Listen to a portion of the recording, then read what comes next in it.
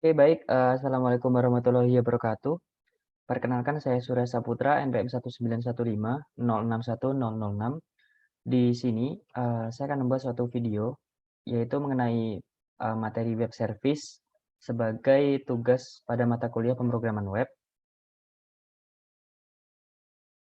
Oke, selanjutnya, di sini ada definisi web service.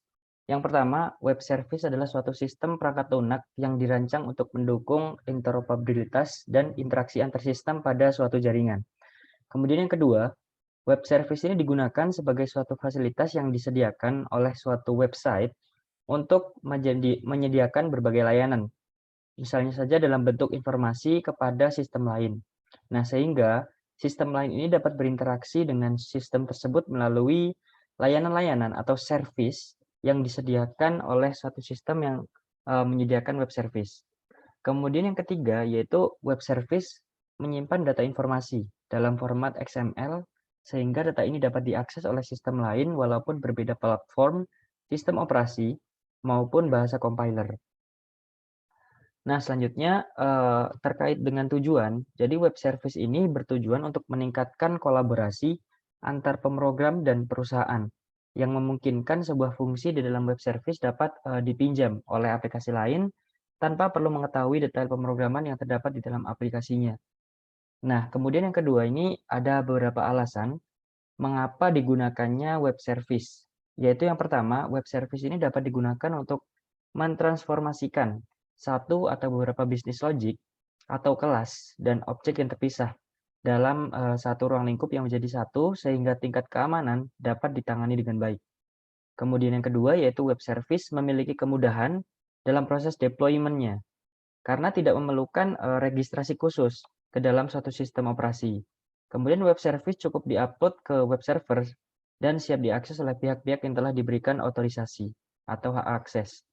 Kemudian yang ketiga yaitu web service berjalan di port 80 yang merupakan protokol standar HTTP. Dengan demikian, web service ini tidak memerlukan konfigurasi khusus di sisi firewall-nya. Oke, selanjutnya di sini ada arsitektur web service. Untuk web service sendiri memiliki 3 entitas dalam arsitekturnya, yaitu ada service requester atau peminta layanan, kemudian ada service provider atau penyedia layanan, dan yang ketiga yaitu service registry atau daftar layanannya. Untuk penjelasannya yaitu service provider berfungsi untuk menyediakan layanan atau service dan mengolah sebuah registry agar layanan-layanan tersebut dapat tersedia. Kemudian ada service registry berfungsi sebagai lokasi sentral yang mendeskripsikan semua layanan atau service yang telah diregister. Kemudian ada service requester, yaitu peminta layanan yang mencari dan menemukan layanan yang dibutuhkan, serta dia akan menggunakan layanan tersebut. Seperti itu. Kemudian selanjutnya ada operasi-operasi dalam web service. Jadi, secara umum, web service ini memiliki 3 operasi yang terlibat di dalamnya, yaitu yang pertama ada publish atau unpublish, yang berarti menerbitkan atau menghapus layanan ke dalam atau dari registry. Dan yang kedua yaitu find, yang artinya service requester mencari dan menemukan layanan yang dibutuhkan. Kemudian yang terakhir atau ketiga yaitu bind, jadi service requester setelah menemukan layanan yang dicarinya, kemudian melakukan binding ke server atau service provider untuk melakukan interaksi dan mengakses layanan atau service yang disediakan oleh service provider. Kemudian selanjutnya ada komponen-komponen web service, ada 4. Yang pertama adalah Service Publication and Discovery atau UDDI. Kemudian yang kedua ada Service Description. Kemudian yang ketiga ada XML based messaging dan yang keempat ada Common Internet Protocol atau HTTP TCP/IP gitu.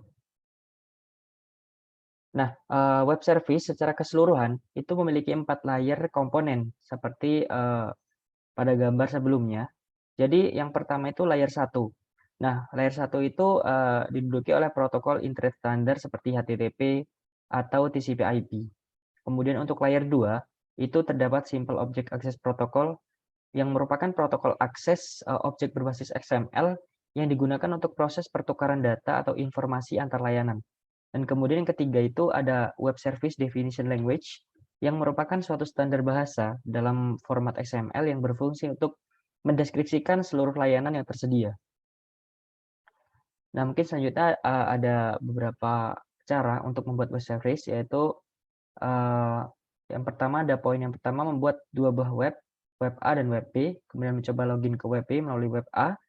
Kemudian yang ketiga adalah pada web A itu dibuat dulu indeks HTML dan juga login.php. Dan kemudian pada web B itu dibuat juga untuk database dan juga service.php-nya. Nah, di sini ada yang langkah pertama yaitu membuat database sesuai pada gambar. Kemudian yang selanjutnya yaitu membuat index.html. Kemudian selanjutnya membuat login.php dan selanjutnya ada service.php. Jadi itu ada beberapa cara yang digunakan untuk membuat web service sederhana. Jadi mungkin cukup sekian yang bisa saya sampaikan. Apabila ada kekurangan, saya mohon maaf. Saya akhiri. Wassalamualaikum warahmatullahi wabarakatuh.